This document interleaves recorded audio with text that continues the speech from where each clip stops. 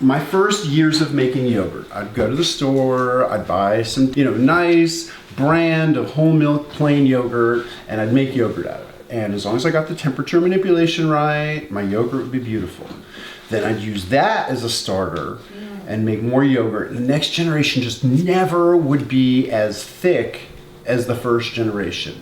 And then if I'd use that for starter, like by the time I got to the third, the fourth generation, it wasn't recognizable as yogurt anymore. So I'd go back to the store, but it just created this conundrum for me. Like, how did this food get passed down through the generations if I have to go back to the supermarket every third or fourth batch and get a new starter? And so, it really took me years of talking to people about this, and finally, a microbiologist's perspective made sense, which is that, the traditional starters were these like evolved communities that, evolve with a structure and the ability to defend themselves. So they produce antimicrobial compounds that inhibit the growth of other kinds of, bacteria that might be in the environment.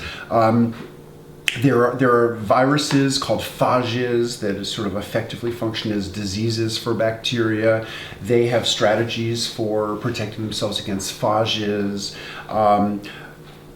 But for the early microbiologists and many microbiologists today, any kind of sort of undefined mixed culture is a little bit scary. Like, you don't know what's in there. If your presumption is that bacteria in general are, dangerous and scary, well then, this yogurt that has not been clearly defined, that's just, the microbiologists call those empirical cultures. Like, people use them because they work and because they inherited them, but they don't know what's in them. And for a microbiologist, that's a scary thing. Even if something's been used for thousands of years and works and tastes good. So virtually all commercial yogurt is made from pure cultures. Now, yogurt's not made from a single bacteria. You can't make yogurt with a single bacteria. But what they do is they isolate strains. More than 100 years ago, Elie Metchnikoff, this Russian immunologist, who was obsessed with yogurt, went to Bulgaria, brought home samples of yogurt, and from his yogurt samples, he isolated 2 bacteria. Basically, I think what he was doing was just making yogurt with just 1 or 2 of the bacteria that were in the yogurt in order to, it's sort of the way, people trying to replicate herbal medicine, they'll take a plant with all these different phytocompounds and they'll fragment it in order to try to figure out, of all these phytocompounds, which is the one that is, sort of active against whatever this is we're interested in. So there's, all this fragmentation and trying to isolate. So the same thing happened in microbiology. So Elie Metchnikoff picked out 2 bacteria, Lactobacillus bulgaricus and Streptococcus thermophilus. And from his research more than 100 years ago, those 2 bacteria define yogurt, like in all of the laws, like in the US, in the EU, the Codex Alimentarius, like those 2 bacterial strains define yogurt. And most yogurts will have a 3rd or a 4th added, but like commercial yogurt generally is made from these pure culture strains that are then mixed together. But what you don't get by mixing, 3 parts this and 2 parts that and 1 part that, into a starter is like it's not an evolved community with a structure and the ability to defend itself. So basically, the first generation of yogurt that they make in the factory is great. You use that as a starter, you can make decent yogurt. But with each passing generation, there's more dilution of the purity of it. And so you get more different bacteria. And eventually, after some number of generations, you're not having significant activity by the original bacteria that you wanted. Usually. If you can get a hold of like an heirloom yogurt culture, like the Jonas Schimmel's culture, Cultures for Health sells a dozen of them. I think before the internet, you basically had to meet a family from the yogurt region of the world who had brought their yogurt with them in their migration, but now it's available on the internet. So like the one that I have now is actually the Jonas Schimmel one. For years, I had a Bulgarian culture from Cultures for Health. It was wonderful. But then I had this woman this European woman who had read my book and was in New York, went to Jonas Schimmel's, took the European, the Romanian culture that had been in New York for 100 years back with her to the UK, and then she organized a workshop that we did together, and so I took some of it, and I had read about this technique that, like, when immigrants in the 19th century were getting on a boat and wanted to bring their yogurt, they weren't bringing like a jar of yogurt like that. What they were doing is spreading it on a handkerchief or a clean cloth, drying it out, folding it up, carrying it with them, and then once they get settled, then they rehydrate it and use it as a starter. So I did that. I spread it out on a cloth. I dried it in the sun, folded it up, put it in my luggage, brought it home. When I unpacked it, it got buried under stuff on my desk. And it was like 6 months before I saw it again or thought about it again. And then I'm cleaning my desk and I find this crusty piece of cloth. And then I was like, oh, okay, this was the yogurt starter. Damn, I can't believe I waited so long. So I basically made a tiny bit of yogurt, like in one of these 1-cup mason jars. I heated up the milk to 180 degrees Fahrenheit. I cooled it down to 115. I put the little piece of cloth in there, flaked off some of the crusty parts, incubated it, and I had beautiful yogurt. And I've made probably 40 generations of yogurt from it since then. So, it's just... it's just different. Like these traditional cultures, it's like for these things to have been passed down from generation to generation, they had to have been easy. And like propagating these pure culture starters, it just takes a lot of technical prowess. Yogurt is a style of fermented milk. Just for like a little perspective on the importance of fermented milk. Like, what do you do with milk if you don't have a refrigerator? Like, it's hard to even conceptualize, like, going to the store, buying the milk. Where's the milk going to be in the refrigerator, in the supermarket if it's not in the refrigerator? And, really just to get people thinking about the idea that, like, the milk that we who grew up in the 20th century and into the 21st century in the affluent parts of the world had access to is different than the milk that people have drunk in the past. And fresh milk is like a phenomenon of like our time, like maybe our grandparents' time. But like, people before that, like, were drinking soured milk. Like, if you don't have a refrigerator, the store doesn't have a refrigerator, there's no refrigerated transport, there's no fresh milk. Yeah, sure, the people who have cows and goats, they get fresh milk. But like anyone down the supply chain is drinking milk that's souring, and so sour milk. Like, if people have like read a lot of like 18th, 19th century English literature, you've seen clabbered milk. That's the kind of milk people drank. That just means sour milk, spontaneously soured milk. So, if you're if the people milking your animals don't have a refrigerator, and the people transporting it don't have a refrigerator, and the store doesn't have a refrigerator, and you don't have a refrigerator, well then, your milk is sitting out at room temperature. And it'll be stable a little bit longer in the winter than it will be in the summer, but it's not going to be very stable. But milk is populated by a very, very rich and dense population of organisms dominated by lactic acid bacteria. Now, lactic acid bacteria are everywhere. They're on every plant. I mean, I think I told you yesterday that botanists and microbiologists have really come to a consensus that every plant growing out of soil on planet Earth has lactic acid bacteria. It's a little bit of a misnomer that we called it lactic acid bacteria, and it's because it was like first observed in milk, because it's also present in milk. But what are cows eating all the time? They're eating grass. So the organisms that animals have really are coming from the plants and from the soil. So anyway, milk has this rich population of indigenous bacteria dominated by lactic bacteria, and clabbered milk is just the spontaneous fermentation of milk. But what I've learned, over at the sanctuary where there's goats, I learned that there's a huge seasonal variation in how much milk there is. And so in the summer, we always have babies around this time of year, and then the milk flow gets heavier and heavier, and then at some point we take the babies away from the mom, and at some point in the summer we just have gallons and gallons of milk, but 20 people sharing one little refrigerator, and sometimes we just didn't have room for the milk in the refrigerator, so we would just clabber it. We just spontaneously ferment it, and in different temperatures you get very different results. And I think, in just different fields, different milk will give you different results. So when people have had results from spontaneous fermentation of milk that they especially liked, they would try to perpetuate that.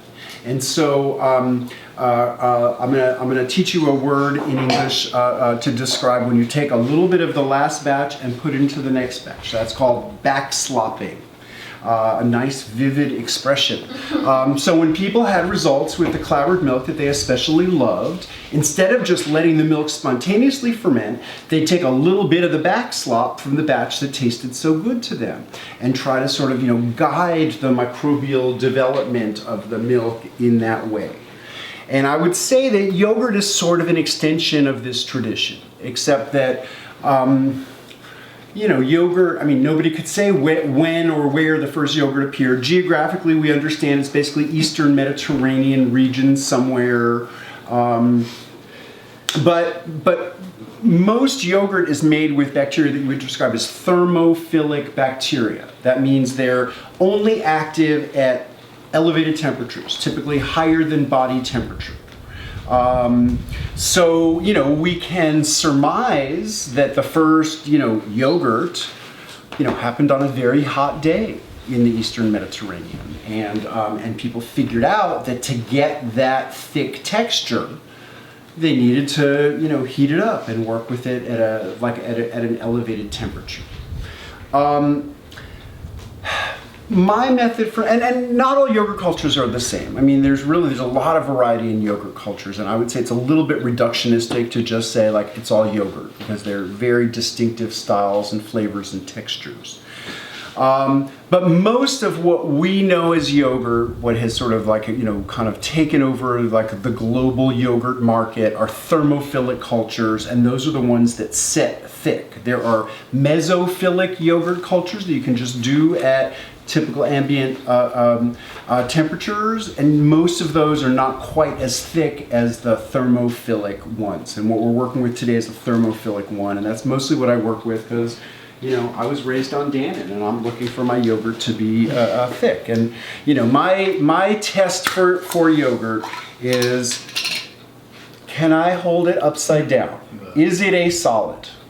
And of course, cheese is a solid, but what's different about cheese is that you're removing the water element. This is really kind of extraordinary that you can take a liquid and turn the whole thing into a solid of the same volume.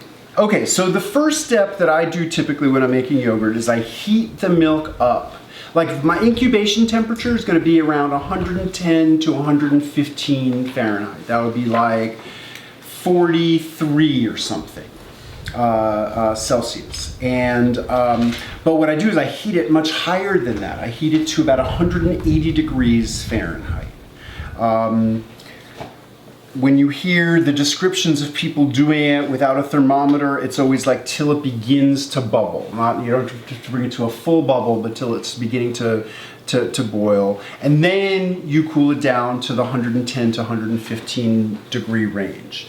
Now, with the growing interest in raw milk, there's been a growing interest in raw milk yogurts, and definitely you can skip the step of heating it to 180 degrees, but that comes as a price. There are trade-offs.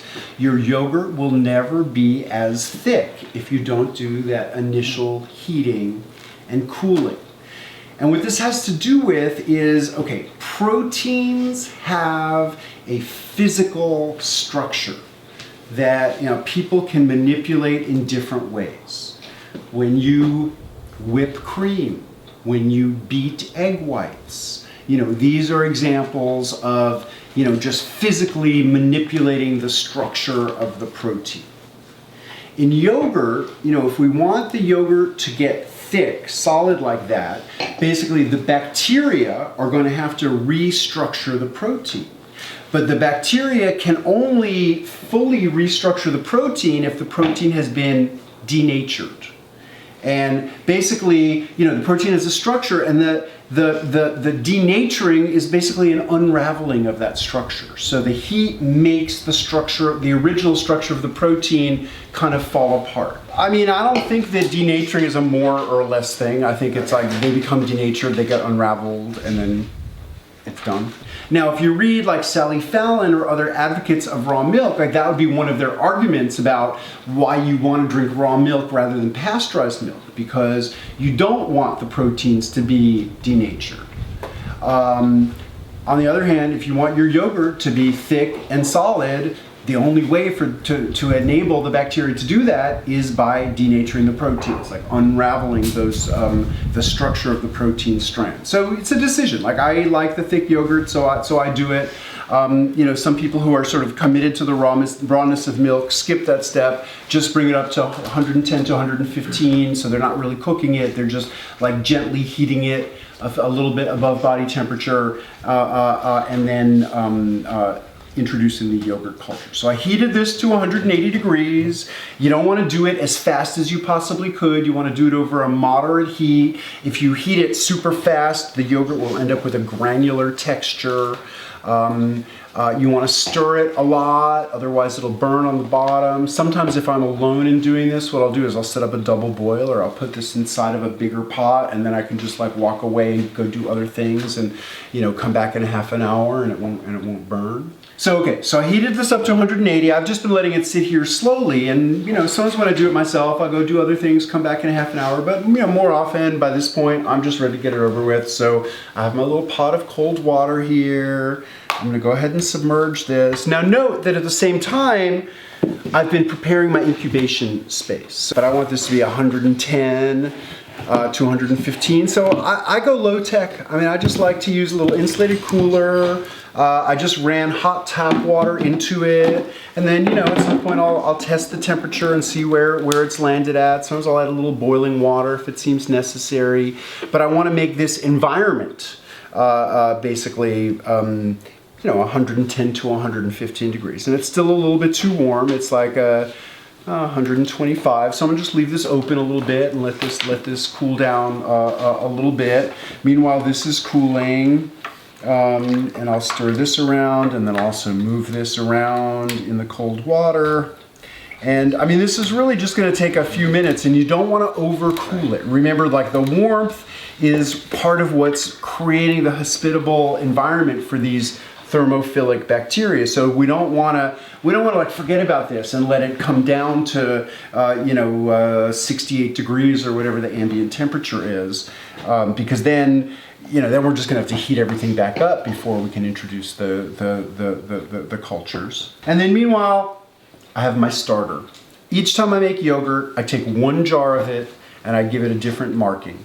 Starter, save, do not eat. I don't want anyone to eat my last jar of yogurt. So like I label my starter differently than I label the rest of them. And this is Jonas Schimmel's is a famous Knish shop on the Lower East Side of Manhattan, which used to be very Eastern European Jewish, and they claim that their yogurt drink that they serve is from the original culture that Jonas Schimmel brought in steerage from Romania in whatever, the 1880s or whatever, when he came to New York and then opened this shop, and that they have been propagating and keeping this yogurt culture alive in that shop in Manhattan since then.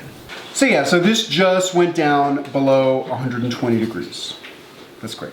So I'm going to take it out of here because I don't want it to keep on cooling so quickly, and you know, just from the air, it'll keep cooling. Thank you. So then I have my jars here. I know I started with a gallon of milk, so I have a gallon's worth of jars.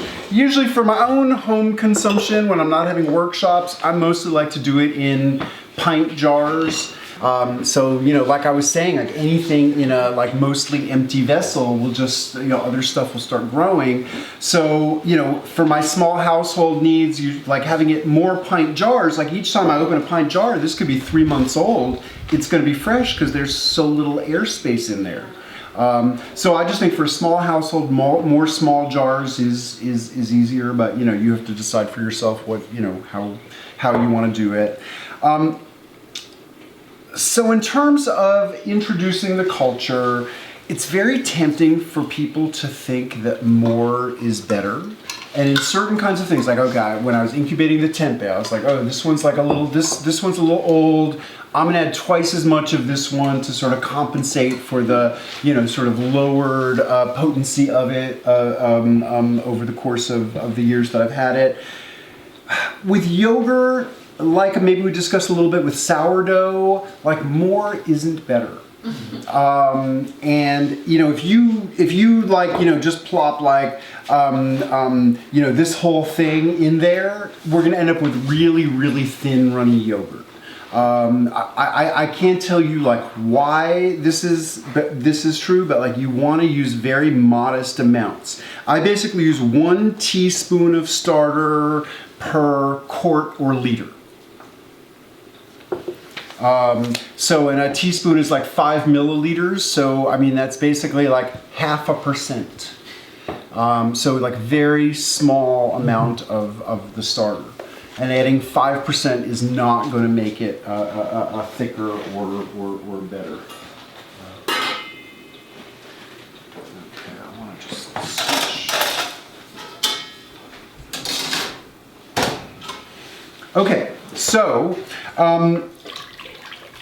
what I'm going to do, rather than just going ahead and putting 4 teaspoons of starter in here, what I typically like to do is pour a little bit of milk into one of my jars.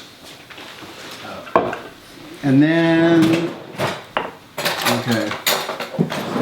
4 teaspoons is a heaping tablespoon. What I usually do is I'll scrape away the top stuff that's been exposed to the air and go for some of the more protected under stuff.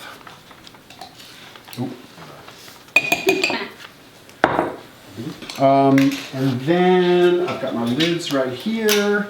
So, the thing is, if we just put that amount in there and tried to stir it, it would be a little hard to be sure that we had it all fully dissolved, so it like evenly distributes. But like in a jar, it's very easy to do that. Shake, shake, shake, shake, shake, shake. This is like the flour for the cocoa. Yeah, absolutely. Yeah, and then we'll pour that into there. And then we'll give that a little stir. My nephew, who's about to turn 15 in a few weeks, has been the yogurt maker in his family for the last 3 years, which makes me and my brother both very happy.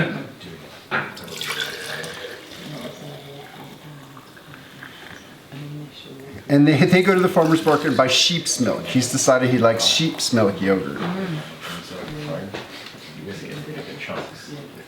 This is in New York City? Yeah.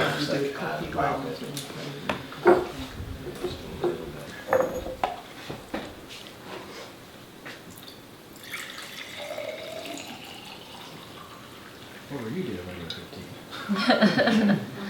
Well, I have another friend whose parents gave him a homebrew kit when he was 15, so he could make beer for them. For him or for them? Well, for them, yeah. I mean, their idea was for them, but it turned out to be for both. And you're filling it right full to minimize oxygen. Probably made Well, him also because I want to use all the milk. probably made him very popular. And also, some people hold it at the 180 degree temperature. Like consistently when I meet Turkish people and they tell me how they like to make yogurt, they like to hold it at 180 and basically water evaporates. So it gets thicker just from holding it at that kind of heat. And like if you read yogurt labels, a lot of yogurt brands actually add like milk powder to thicken it up. So that's basically a sort of an inversion of like a traditional way to make thick yogurt, which is through evaporation. To concentrate the most. And there's a loophole in U.S. labeling laws. When you say milk is your ingredient, it doesn't matter what kind of milk it is. You can still call it milk. It can be powdered milk. It could be condensed milk. It could be all kinds of milk. Well, and then what they're calling Greek yogurt now is just like how people all around the world make thicker like yogurt products is by taking the yogurt, hanging it in a cloth, letting whey drip out of it. You could do that for 5 minutes and have like what we're calling Greek yogurt, or you could do that for, 6 hours and have it become thick like cream cheese or something like that. In Turkey, they dehydrate yogurt and make these hard, shelf-stable food that you kind of like gnaw on.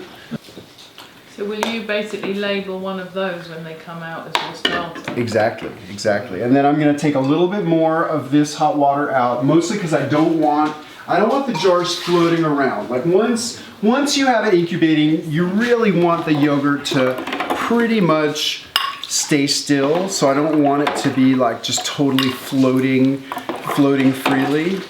And how long will the starter, like if I'm not intending to do this as a daily exercise, how long will your I starter sometimes, last? when I'm between workshops, I might go 3 months without That making starter will yogurt. be I have fine. gone longer. It's very stable. As long as it's like there's not much oxygen. If it's in like a tight.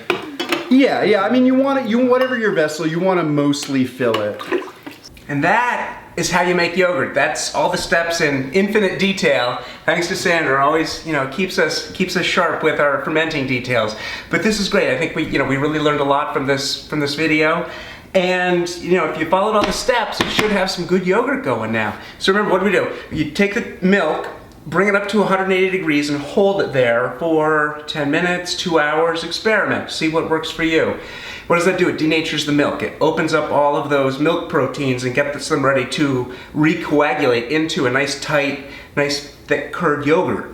180 degrees, and then bring it down to 110 degrees. Remember, Sandor had his pot of cold water or his bowl of cold water that he was shaking his hot pot around in. Get it down to 110, while at the same time take your cooler up to 110. So you can take your 110 degree milk and put it in the 110 degree cooler. Once you've got your milk at below 115, you culture it. You take each jar, add a teaspoon of last week's yogurt, back slopping, put the lid on, shake it up, and put it in the cooler. Let this sit 6 hours, 8 hours. Industry standard is an hour and a half, 2 hours, something like that. This has been in here for probably 16 hours. I go, lactose-free, full tart, full of salt yogurt. But I think you're gonna be real happy with what you end up with. I've got my single serve jars. There's probably 2 servings in each one of these. These are a pint, so it's 2 cups of yogurt each. But these are ready for the fridge. These are ready to eat.